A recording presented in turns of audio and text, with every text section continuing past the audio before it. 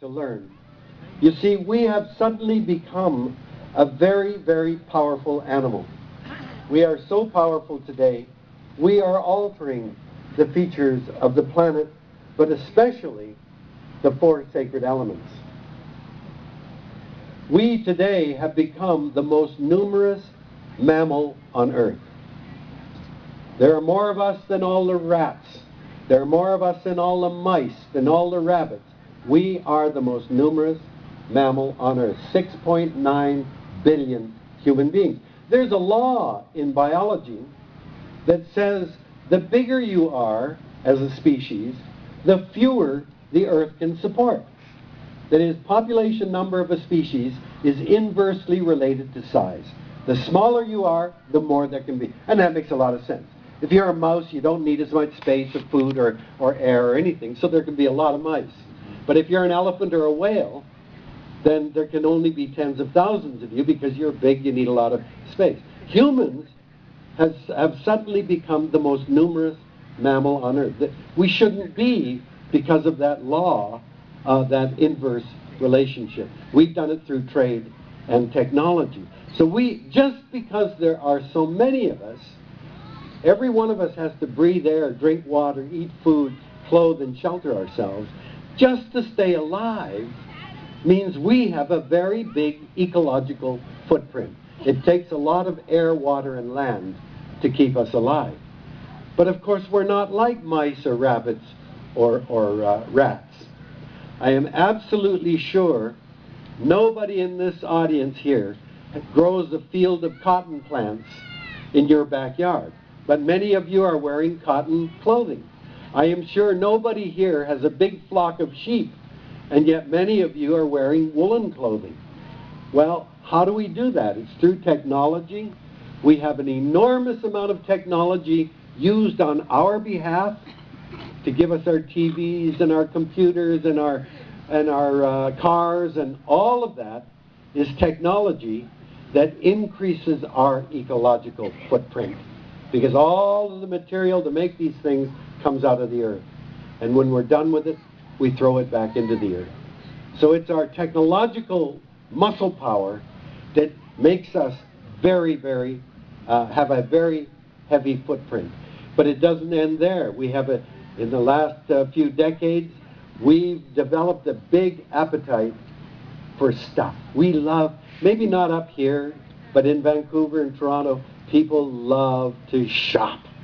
They shop for whatever, love to go to Walmarts and big block stores, and all of the stuff that we buy, consume, comes out of the earth and goes back into it when we're done with it. And that increases our ecological footprint. And we have a global economy that uses the entire planet for raw materials and the entire planet to dump its waste. So when you add those things together, our numbers, our technology, our consumption, and our global economy, we have become a force of nature. There has never been a species like us. We are altering the chemistry, the physics, and the biology of the planet. The Nobel Prize winner Paul Crutzen said in 2000, this should be called the Anthropocene epoch. That is the age of man, when man has become a geological force. We're altering the properties of the earth. One species, we have no idea what the hell the consequences of this will be. Not long ago, we referred to forest fires and tornadoes and hurricanes and drought and floods. We called these natural disasters. We called them acts of God. Not anymore. Human beings are having an imprint. We have an effect on these things. They're no longer natural because humans have altered the physics, the chemistry, and the biology of the planet. The result of this, because we have become so powerful, is the planet is in deep distress. The oceans that cover 70% of the earth are a mess. Scientists now tell us if we continue as we are now, By 2050, there will not be a single species of fish left in the oceans that we consume today. They tell us that there are dead zones where nothing lives, that are increasing in size and number and duration in every ocean of the planet. There are huge currents that form what we call gyres that flow in this direction, and they're like giant centrifuges. And everything we throw away ultimately ends up in the ocean and then get caught up in these gyres. There are islands of plastic bigger than the state of Texas in the oceans of the world. And as the plastic breaks down into sizes that are called nurdles, nurdles are just the right size for birds and turtles and fish to eat. They eat anything that looks like a certain size. They're filling up with plastic. The forests, 80% of the forests of the world have been invaded. There are only 4 great intact forests left on the planet. Great Forest of Congo, the Great Forest of Papua New Guinea, the Amazon rainforest, and the boreal forest of Canada is the largest forest on the planet.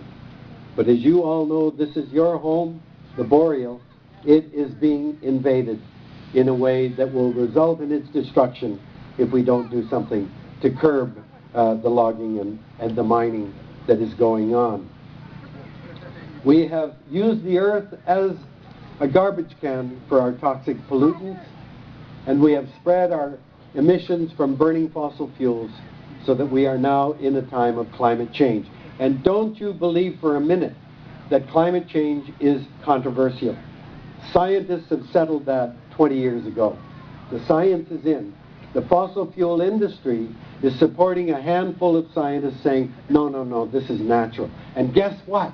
Many of those scientists saying, no, climate change isn't happening, used to work for the tobacco industry to say, no, smoking isn't bad for your health. Well, I see maybe a lot of you still believe that. But anyway, the science is in on climate change. How did we get to this point in time when we have become so powerful, but we are creating so much trouble in the environment? For 99, sorry, how much time do I have? I'm going on way too long. No. For 99% of our existence, we were local tribal animals. For 99% of the time we've been on Earth, we didn't have to worry whether there were people on the other side of an ocean, over a mountain, or across a desert. We only had to worry about our tribe and our tribal territory. Even in 1900, when there were 1.5 billion human beings, there were only 16 cities with more than 1 million people. London was the largest city in 1900 with 6.5 million people. Tokyo was the 7th largest city in the world, 1.5 million people. Most people in the world lived in rural village communities because most people in the world in 1900 were involved in some aspect of agriculture. We were farmers, and farmers know very well climate and weather are going to determine whether you do well in your farming year. Farmers know the amount of moisture in the soil is related to the amount of snow you get in the winter. They know that insects are important to pollinate flowering plants. They know that certain species of plants can take nitrogen and fix it as fertilizer in the soil. Farmers understand that we depend on nature, as we've always understood. We are part of the natural world. But then, in 100 years, something funny happened. We went through a huge shift. Of course, there were now 6 billion people by the year 2000. But by the year 2000, there were over 300 cities with more than 1 million people. The 10 largest cities all had more than 11 million people. In 2000, Tokyo was the largest city in the world with 26 million people. Can you imagine? If any of you have ever gone to Tokyo, you know human beings shouldn't live that way. But in 100 years, we've changed from being a farming animal to a big city dweller.